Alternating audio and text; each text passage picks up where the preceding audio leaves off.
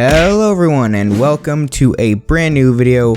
Guys, some new info has come out on the Zippcast reboot, sort of about its ownership and sort of what happened after the 2016 shutdown, and led us up to kind of what happened to sort of form the new Zippcast reboot, or how I like to call it, Zippcast attempt number 5, or whatever it's at now. There is a lot of stuff that was mentioned in this forum post and in all the news in this one little article, but basically, long story short, some new news has come out about the Zippcast reboot, and this news comes from Spider-Fan. He had talked to the new owner of Zippcast, and he had posted a big thing on VidiNation or Video Social, whatever you like to call it, and apparently on VidiNation it got taken down, so now he has posted that same forum post back up on MetaJolt. So before I get into reading the forum post, I just want to say that I'm going to read the forum post as it is. I've pretty much already recorded 3 takes of this, trying to sort of fill in words and make it a little bit better, and I just can't do it. I've recorded this 3 times now, and I really don't want to mess up another take. So I'm basically going to read the forum post exactly as it was written, and in the forum post a lot of times it'll say me or us or whatever. So just basically, it's going to be a little confusing, but interpret me as like Spider-Fan. So when I say me, don't think of it as me, Crafting21, think of it as Spider-Fan. So with that out of the way, let's get straight into this. The forum post reads, "This info was removed from VidiNation at the request of Jerkface's lawyer and will now be shared here. The reason I'm posting this in news and announcements is so that everyone can see this, as people are being misled, probably on purpose.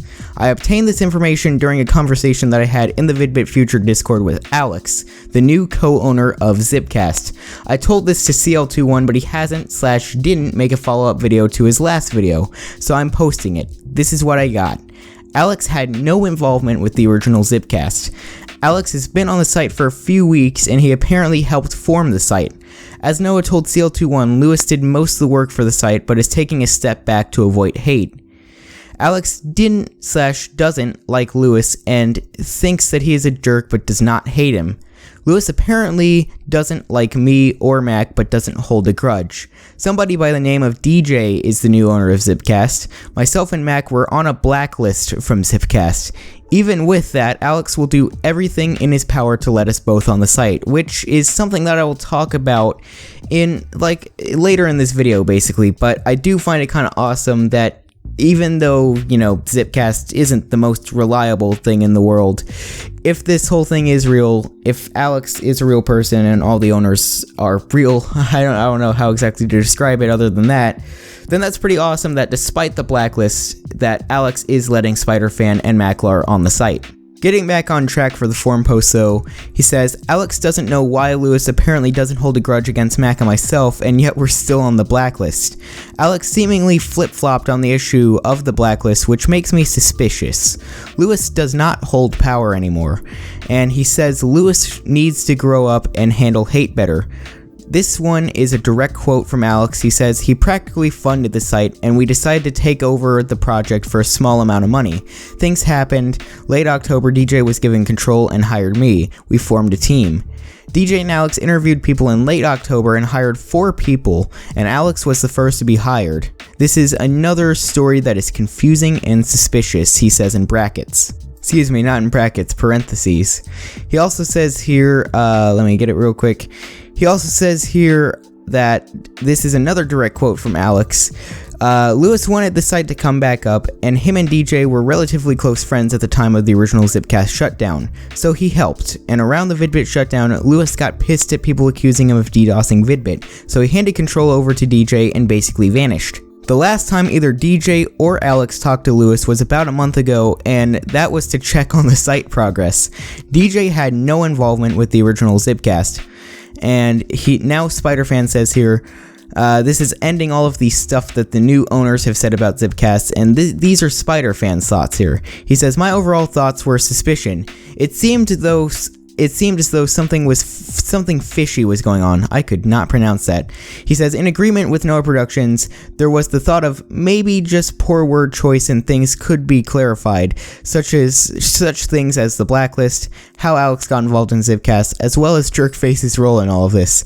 My suspicions were confirmed, however, because of this Facebook post, which he actually links a Facebook post here. I did not see this. Okay, I actually just read the Facebook post, and it basically just says that Lewis is still the developer and the owner, but Alex and DJ are apparently trying to keep him away from social media. He says this was posted not long after the VideoNation post was taken down, which leads me to believe they knew about it, and that was their response. I'm apparently that big of a deal to them.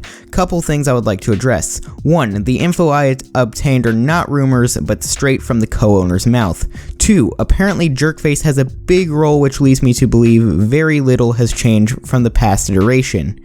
And 3. My theory is that the info on Jerkface having little involvement was being floated around to sucker people into signing up for the beta, as if they said he's totally the boss.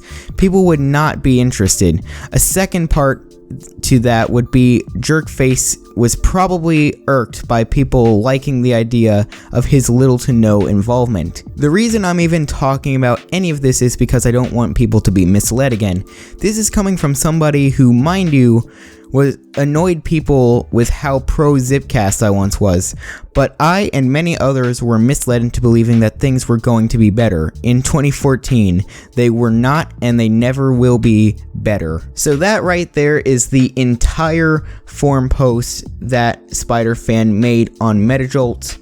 If you guys want to check it out and read it for yourself, the link will be in the description down below for Spider-Fan's forum post. Huge props to Spider-Fan for finding all of that out, by the way. So for my general thoughts on this whole thing, really, I mostly agree with Spider-Fan. I really do think that this whole thing is just kind of a ploy. I mean, I'm sure Alex and DJ, hopefully anyway, are real people, but I feel like there's just that little sense that's still there it's like they're trying to cover something up. Heck, DJ and Alex could be the nicest people in the world and could possibly really bring Zippcast into a positive light, sort of. They can move Zippcast in a positive direction. They really could. I mean, if they're real people, I honestly believe they could.